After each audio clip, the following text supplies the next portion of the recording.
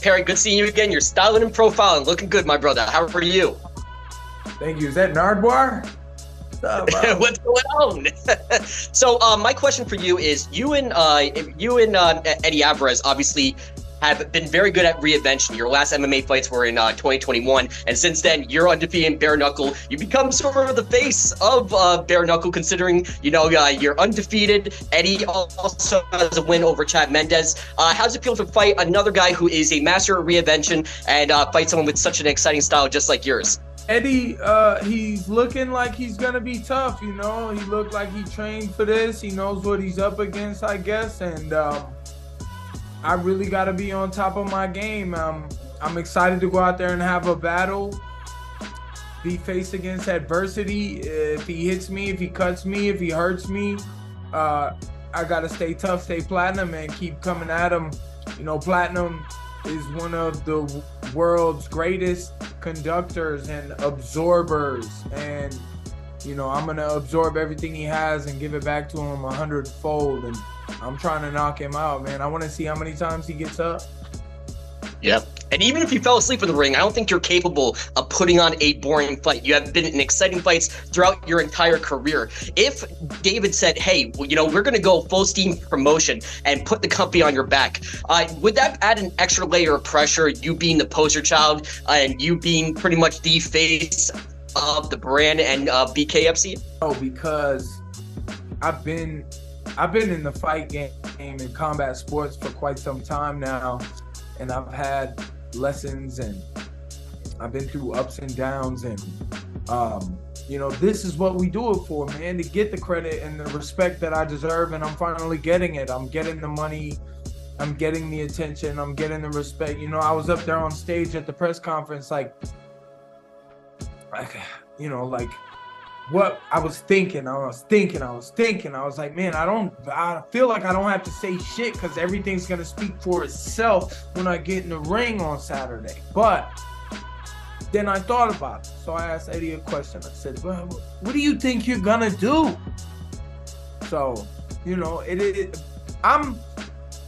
lot of people like lots of parts of the fighting. I like the lights. I like the attention. I like the shit in my face. I'm trying to be famous and celeb status, I guess. I like the money more, and I do look pretty good on camera, but I love the fight. I love that shit. We're going to talk to a pioneer. Congratulations on 20 years in combat sports. You mentioned about helping build BKFC and help building the brand, and I remember you helping building mixed martial arts to what it is today, since the days of fighting for Lou Neglia in Ring of Combat. I mean, you are part of that generation that helped build mixed martial arts. Are you starting to get 2003 flashbacks that you're a part of this new entity, relatively new entity, helping build bare knuckle to possibly the heights of mixed martial arts and where it is today? Yeah, it actually reminds me of Bellator, to be honest. The beginning of Bellator, when I was at Bellator 1, I fought in the beginning of that promotion. I was the first world champion of that, and then they just dissolved recently or just were sold. But it reminds me of them days. Really good, sharp people, making the right moves, making the right fights, doing the right things, and we have a sport upon us that could possibly be one of the greatest combat sports there is. So I'm excited. And what did you learn from the Chad Mendes fight? Obviously, with a win, beating Chad Mendes, what did you learn that you can add tools to your arsenal, tricks of the trade, and bring that veteran and pioneer experience to Mike Perry? What did you learn from your first fight? I think what I learned mostly is to take a little bit off your shots. You don't need to throw big, hard, massive shots where you open up. You can just throw 70% of what you normally do and just work on placement. That way you stay balanced and you're ready to throw more combinations. I think that's a better game plan for bare knuckle. Pulling back and throwing big shots is kind of silly. It just leaves you open and there's no need for it. One good, well-placed shot can cut a guy wide open or knock him out. You don't need to be pulling for power like that. Awesome. And one more question from me. We saw your buddy, your old rival, Conor McGregor, in the ring facing off against Mike Perry. Let's just say, hypothetically speaking, in a perfect world scenario, you get past Mike Perry, Conor McGregor may be a free agent. Would you want to call out Conor McGregor, maybe run it back in BKFC? The options there? That'd be beautiful, but that's a crazy hug. Like, I mean, you and I both know that's never going to happen. So, but if you want to speak hypothetically, yeah, that'd be a nice little dream. Friend, how are you? Good. How are you? I am doing great. So I do have the first question. Now that the training camp is done, the training's all put in, how you feeling going into this fight and this rematch with Beck? Very confident. I did everything I needed to do. I put a lot of different things in place for my mental, for my physical, for my training. I feel great. I had a little switch of coach. I worked my Muay Thai conditioning, my Muay Thai clinch, my boxing. I brought a lot of guys in, spent a lot of money. And everyone's calling you the female Mike Tyson. I've been calling you that for years, but does that add an extra layer of pressure knowing that you're stepping in the ring with that reputation of being a knockout artist, being exciting, and being that female dominator of bare knuckle? I just do what I do, and I always have the same drive and always the same work ethic, so I know the same performance or even better is going to come out. And you're starting to run out of opponents. So is it time to start pushing David Feldman to possibly get that super fight? Maybe a Carissa Shields, maybe start pushing for UFC people. Like, who would you want to fight next? And is the push going to be coming to get those super fights? Oh, yeah, of course. I feel like, especially beating this girl and the way I'm going to knock her out, I believe that my name will grow tremendously and I will get the attention of bigger names. I want Amanda Serrano, Chris Cyborg. I'm willing to go up and test myself against the beast, Chris Cyborg, and Serrano. She's an amazing competitor. We'll see if they have any interest. How you doing? I'm good, thank you. Very good. So you are one of, if not the primary superstars from Australia with the bare knuckle brand on your back. How do you feel the Australian market is taking to bare knuckle? Do you feel that it's growing as a market? And how do you feel as an ambassador of for Australia, for bare knuckle? What are your thoughts? Absolutely, it's growing in Australia. My husband fights in boxing in Australia, and I would always go to his fights and corner him. And a few people here and there would come up and say hello to me, recognize me because of the UFC. The moment I had my bare knuckle fight, I had all the judges, the commission, the refs, all these different coaches coming up to me saying, "Wow, that's fucking badass." So I was like, "Oh shit!" So for like old school boxers to be like, bare knuckle boxing is mad. Good on you. We're proud of you, doing Australia proud.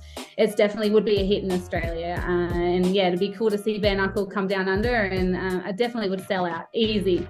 You would have so many fighters lining up to try and fight. I've had so many boxers hit me up. How do I get in? Hook me up with David. Get me on the show.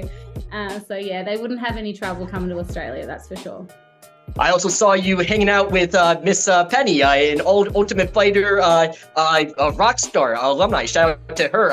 What with the veterans and especially your friends from mixed martial arts, what were the biggest advice that they give you going into this championship fight and going into this rematch? Yeah, Jessica is always here at my fight. She's my best friend and my number one supporter, and she keeps me cool, calm, and collected. And that's what she kind of she tries to tell me. She's like, "Don't get too out of pocket. Calm your farm. You'll get to fight her on Saturday." So yeah, she's kind of like my angel on my shoulder, and my husband and myself are fiery fucking Latinas or Latinos. Of course. So I'm not Latina. They just say I have an inner Latina somewhere in there. I'm fiery. I get it. But yeah, so he's the devil and she's the angel. So it's good to have both. And yeah, it's always good to have support and to see my second family come out and support me because I'm so far away in Australia. She's awesome. You're awesome. One more question for you. You get past Christine Ferea. You get the championship. Who would you want to fight next? Look, I don't care as long as I get a fight. I'm just a girl wanting to fucking fight. Damon Martin threw out there yesterday that Paige Van Zandt rematch, obviously, because our first fight didn't go my way and it was a horrible fight for me. A horrible highlight for me and a great one for her. So it would always be nice to get that one back, but I'm not sure how she is with bare knuckle anymore, if she's even signed or anything. But look, I'm just here to fight. I don't care who. I don't even care if it's for the belt or not. I just want to fight. And the last time we saw you fight was in 2022. And what did you learn, or what did you add to your arsenal? And what did you add to your game, or what did you learn going into this fight? And what are you going to bring with you against Jeremy? I just think Jeremy doesn't have, like, boxing's one thing, but bare knuckles are a whole different sport. All right. And I just don't think he has that experience. So with that experience I had, having 2 fights already in BKFC, it's just going to help me better, do well, I can't even speak, to do better in the fight. It's okay. Reason why is, like, a lot of guys, they're, like, not used to the clinch and the dirty boxing. You know what I mean? They're not used to, you really got to aim and pick your shots. You can't just throw haymakers. I spoke to Eddie after Eddie's last fight. Him and I trained to help him get ready for Chad, because that was the same build and same kind of style. After the fight, I called him, hey man, congrats on the fight. We're talking, he's like, dude, look at my hands. I'm like, yeah, bro, it's no joke. Like, you got to pick your shots. My last fight, the only thing I had was the worst thing was that cut on my face. Besides that, I had no problem. My hands weren't even swollen. And you're a superstar. This fight's probably going to be swollen. Jinx myself. It's all good, brother. It's all good. And one more question for me. You're obviously a rock star, a superstar in New Jersey. I know this. And you're a superstar all over the world from your experience. And if you win this fight, do you fight Howard Davis or the winner of Kai Stewart again? Or do you want 1 or 2 more tune-up fights before you go for the title? No, I mean, at the end of the day, I can't really pick my fights. It's what they give me, and I just say yes to. But I would love to fight Howard or Kai. I want Howard obviously to win. We have some unfinished business that we got to take care of with that draw. Or I heard Luis Palomino's having a hard time finding an opponent. I'll fucking take that fight in a heartache. Just send me the contract and that's it. Good. So 51 professional fights in mixed martial arts, 2 boxing fights. You're getting around. I mean, is this another day at the office fighting for BKFC in your very first bare knuckle fight? I'd say so. Keep it simple. Definitely. So it's business. It's opportunity, baby. It ain't that hard to know what I do.